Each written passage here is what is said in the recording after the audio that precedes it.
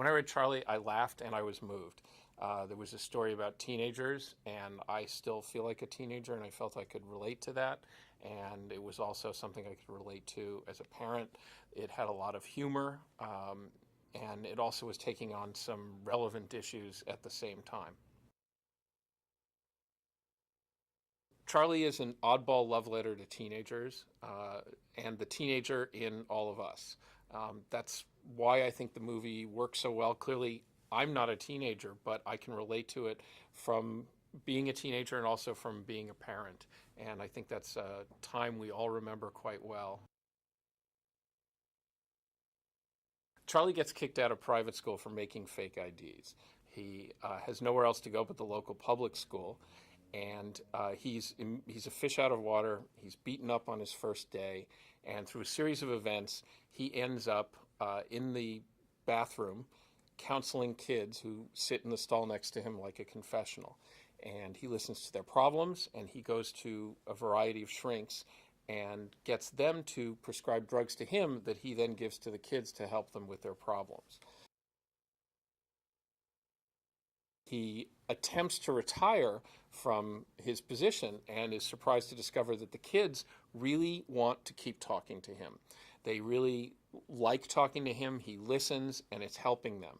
And so much to his surprise, he has a lineup of kids in the hallway waiting to tell him all of their problems. And he discovers that he's a good listener.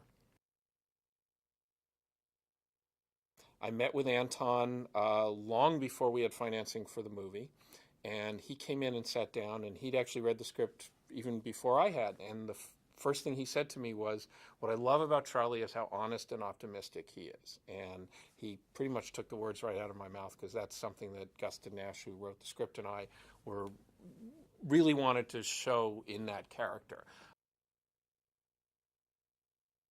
And Anton was able to pull off broad physical comedy, intimate, serious scenes, and pretty much anything that we threw at him. He dances, he sings, and he's also able to hold his own with Robert Downey Jr. We knew it was important to be able to take the elements of humor, especially the physical comedy, and go really far with them. And I always encouraged him to go as far as he could. In fact, there's the audition scene in the film, which is quite funny. And yet, always what concerned me more than anything was that it be grounded.